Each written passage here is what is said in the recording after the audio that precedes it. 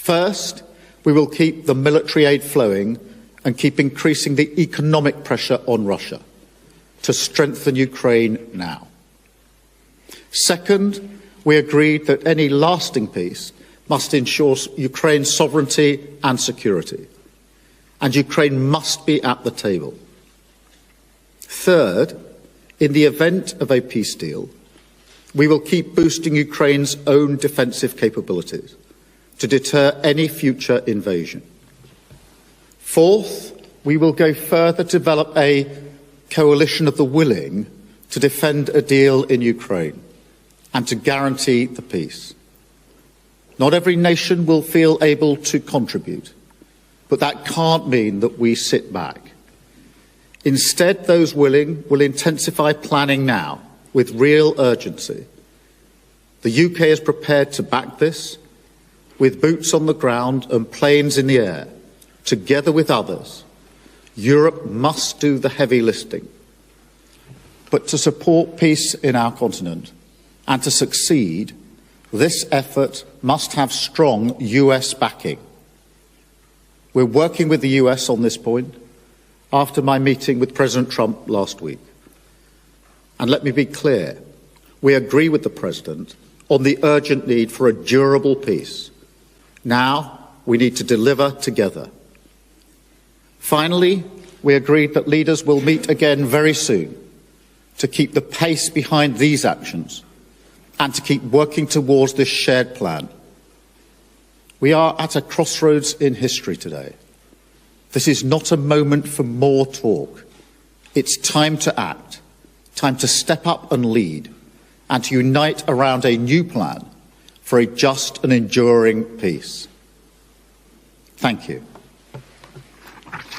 Keir Starmer has once again proven that he is willing to walk a dangerously fine line when it comes to Britain's foreign policy. In a press conference on Sunday, following a high-profile meeting with 18 other world leaders on Ukraine, the Prime Minister refused to rule out military action against Russia. Rather than offering a clear diplomatic pathway to peace, Starmer instead made a veiled commitment to defending any potential deal, effectively placing the UK on a trajectory towards deeper involvement in a conflict that has already destabilized Europe. While insisting that his goal is to avoid conflict, Starmer's rhetoric suggests anything but. The way to ensure stability is to ensure that we are able to defend a deal in Ukraine, he declared, offering a statement so vague it is almost meaningless. What does defend actually mean in this context? Is the UK government prepared to put boots on the ground, to escalate military support, or, in the worst-case scenario, to engage directly with Russian forces? These are serious questions that demand straight answers. These are serious questions that demand straight answers, not political hedging. Starmer's justification for his bellicose stance is equally dubious. He claims that Britain's economic instability over the past 3 years has been caused by the war in Ukraine, pointing to soaring energy bills and rising costs. But this argument conveniently ignores his own party's economic mismanagement, the ongoing impact of Brexit, and years of underinvestment in British energy security. To suggest that the only way to safeguard British households from economic hardship is to prepare for potential military engagement with a nuclear power is not just misleading, it's reckless. Most alarmingly, Starmer appears willing to place the UK in the same precarious position that previous leaders have struggled to avoid, entangling the country in a prolonged foreign conflict with no clear exit strategy. He asserts that if a deal with Russia is reached, it has to be defended. This signals a major shift in approach, indicating that Britain could be drawn into an enforcement role, one that has historically proven to be a geopolitical quagmire.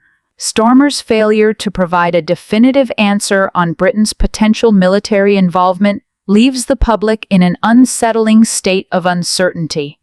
Are we on the brink of an even greater commitment to Ukraine's war effort? Could this mean direct confrontation with Russia? If so, what are the implications for British national security? While no leader wants to appear weak on matters of international security, Starmer's refusal to rule out war is a dangerous miscalculation. it risks dragging Britain into an unpredictable conflict under the guise of defending peace. If he truly wants stability, he should focus on de-escalation, diplomatic negotiations, and a pragmatic approach to ensuring that Britain does not become the next casualty of a war it cannot afford to fight. Дорогі українці, українки, повертаємось додому. Як підсумок цих днів, чітка підтримка Європи, більше єдності, ще більше готовності співпрацювати, всі єдині в головному, щоб мир був реальним, потрібні реальні гарантії безпеки. І це позиція всієї нашої Європи, усього континенту. Британія, Європейський Союз, Норвегія, Туреччина. Сьогодні ми скоординували наші позиції, буде багато зустрічей, багато спільної роботи. Найближчими днями, найближчими тижнями буде дипломатія заради миру. І заради того, щоб всі ми були разом. Україна, вся Європа і обов'язково Америка. Звісно, ми усвідомлюємо важливість Америки. І ми вдячні за всю підтримку, яку ми отримали від Сполучених Штатів Америки. Не було такого дня, щоб ми не відчували цієї вдячності, бо це вдячність за збереження нашої незалежності. Наша стійкість в Україні, вона базується на тому, що роблять заради нас і заради власної безпеки наші партнери. Саме мир нам потрібен, а не вічна війна. І саме тому ми кажемо, що гарантії безпеки є ключем до цього. Найближчим часом ми всі у Європі сформуємо наші позиції, наші спільні позиції, лінії, яких ми маємо досягти, і лінії, з яких не можемо відступити.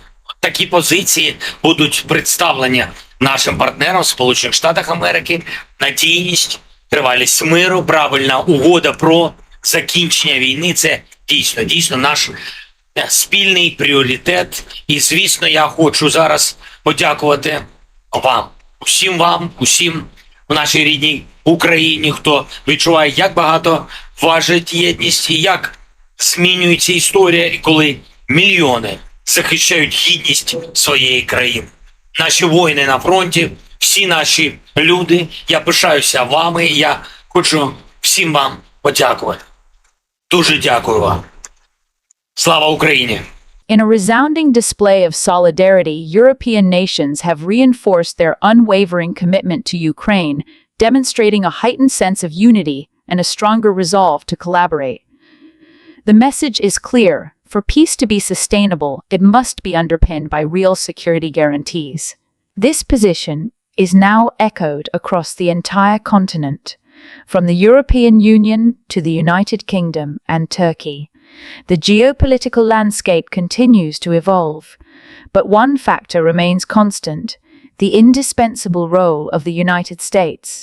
Ukrainian officials have repeatedly emphasized their gratitude for Washington's steadfast support, acknowledging that the country's resilience and ability to preserve its independence hinge on the backing of its Western allies. There has not been a single day when we have not felt gratitude, Ukrainian President Volodymyr Zelensky affirmed during a live broadcast. Yet, amid the ongoing conflict, a stark reality looms. Ukraine does not seek perpetual war, but rather a decisive resolution that ensures lasting peace. Security guarantees, Zelensky stressed, are the linchpin to achieving this goal. For Kyiv, the current international consensus signals a crucial step toward a future where sovereignty is safeguarded, not just for Ukraine, but for the broader stability of Europe and its allies. With diplomatic momentum growing and military aid continuing to flow, the question now shifts to whether the West's collective determination can translate into tangible security assurances. As the war grinds on, one thing is certain: Ukraine's fight is no longer just its own. It is a test of the global order's ability to stand firm against aggression,